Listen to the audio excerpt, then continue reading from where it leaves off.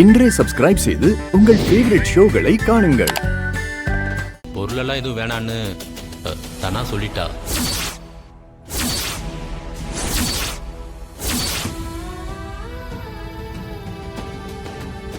வேண்டான்னு சொல்லிட்டாளா? என்னப்பா சொல்ற? ஏன் அந்த பொருள் எல்லாம் அவளுக்கு எதுவும் பிடிக்கலையாமா? இல்ல, எல்லாத்தையுமே திரும்ப எடுத்துட்டு வந்துட்டோம். ஏன்பா வேண்டான்னு சொன்னா? அது வந்துமா, அவ ஒன்னும் சொல்லிருக்க மாட்டாமா. எல்லாம் அந்த கதிரோட வேலையா தான் இருக்கும். பத்மா, கொஞ்ச நேரம் அமைதியா இருக்கியா? என்ன நடந்ததுன்னு தெரியாம நீ இப்படி எல்லாம் பேசிட்டு இருக்காத. அப்ப சொல்லு, என்ன நடந்தது? எதுக்கு பொருளை வேண்டான்னு சொன்னா? எங்க கதிர வேண்டான்னு சொல்லல, நம்ம தனா தான் சொன்னா.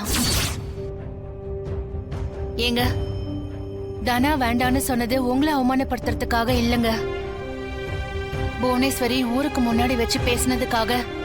இத வாங்கிக்கிட்டா அது கதிருக்கு தான் அவமானம்னு அவன் நினைக்கிறா. ஆமா பெரியப்பா, இப்போ இத வாங்கிக்கிட்டா கதிரால தனாவை பாத்துக்க முடியல, அதனால தனா வீட்ல இருந்து பொருள் எல்லாம் அனுப்பியிருக்காங்கன்னு ஊர்க்காரங்க பேசுவாங்க, அதனால இது வேண்டான்னு நினைக்கிறா. அப்போ கட்டின புருஷனோட மரியாதை தான் முக்கியம், ஆனா பெத்த அப்பனோட மரியாதை முக்கியம் இல்லை, அப்படித்தானே? அப்படிலாம் இல்லைங்க. தனா அந்த அர்த்தத்துல சொல்லல பெரியப்பா. வேற என்ன அர்த்தம் இருக்கு? என்னை விட அவன் முக்கியம்னு தானே வீட்டை விட்டு போனா. அப்போ வளர்த்து ஆளாக்குன அப்பனோட கௌரவம் போனா பரவாயில்ல, ஆனா ஏமாத்தி கல்யாணம் பண்ண அவனோட கௌரவம் போயிடக்கூடாது இல்ல ரகு? சரி, இப்ப அவளுக்கு எல்லாமே புருஷன் ஆயிடுச்சு, அவன் மட்டும் போதும்னு நினைக்கிறான். ரகு, சந்தோஷம், நல்லா இருக்கட்டும்.